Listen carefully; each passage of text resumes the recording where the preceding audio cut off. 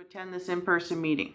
Please note that while an option for remote attendance and/or participation via Zoom is being provided as a courtesy to the public, the meeting hearing will not be suspended or terminated if technological problems interrupt the virtual broadcast, unless otherwise required by law.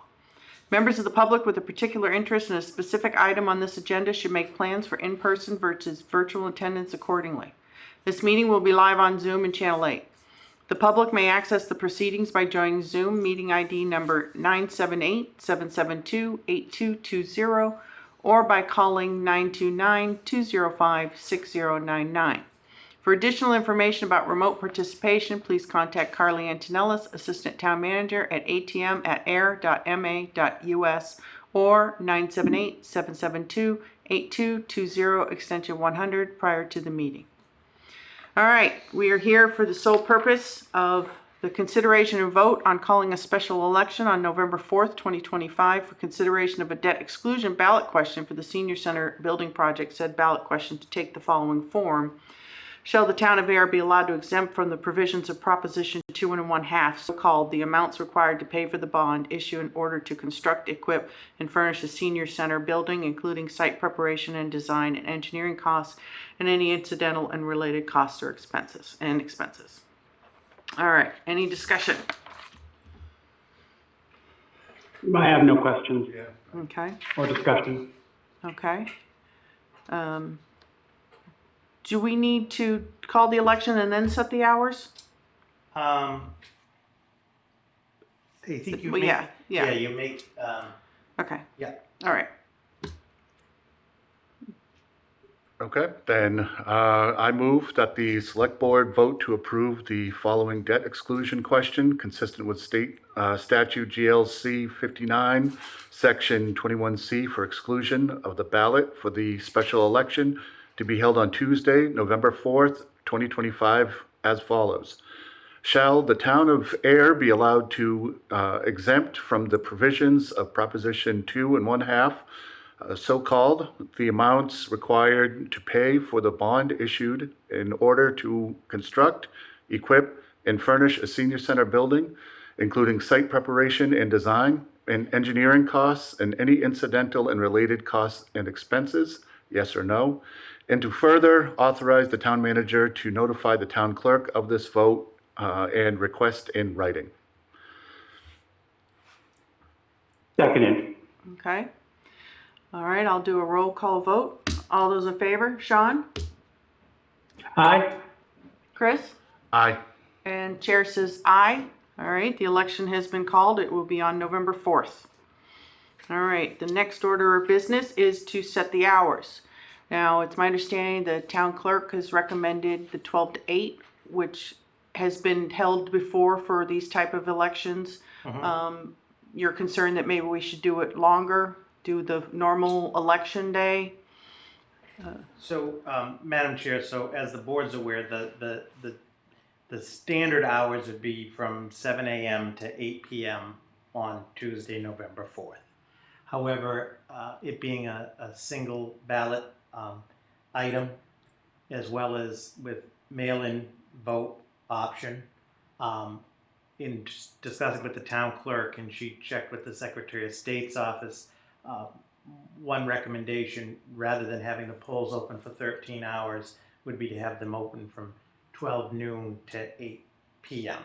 That is a recommendation. It's ultimately up to the board. In the past, on certain projects, we've done debt exclusion. There was one election, I think, that was on a Saturday. The polls were open 9 to 3. We have done this before, and it's been verified by the Secretary of State's office. So that was a recommendation. Okay. And there is mail-in voting for this? Yes. Okay. Yep. Okay, good. All right. Any questions? Sean? No. I mean, typically on, just say like a general election, how many people do we get in the morning hours? Do you have that?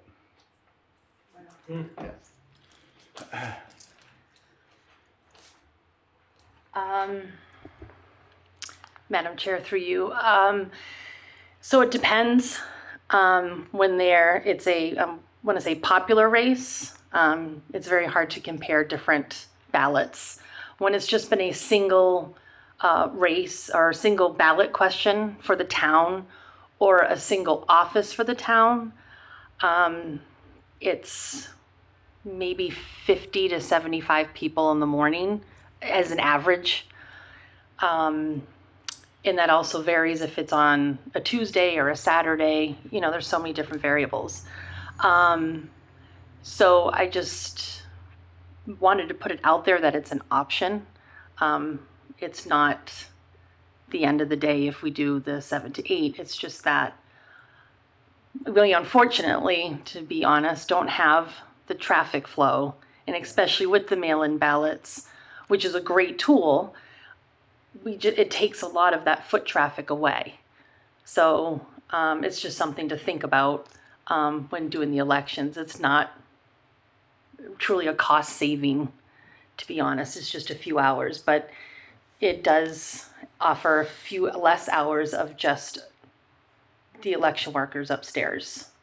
So I don't think it's a huge impact. It would likely be inconvenient for anyone that doesn't realize the polls didn't open till 12 or whatever time, but it's just something to offer just because the traffic has been so slow, especially for local elections, unfortunately.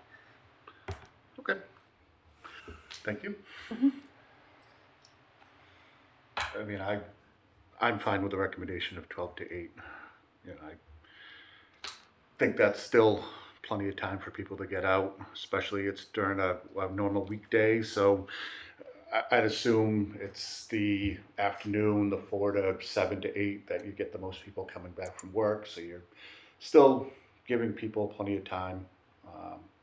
So those are my thoughts. John, did you want to add anything? Agree.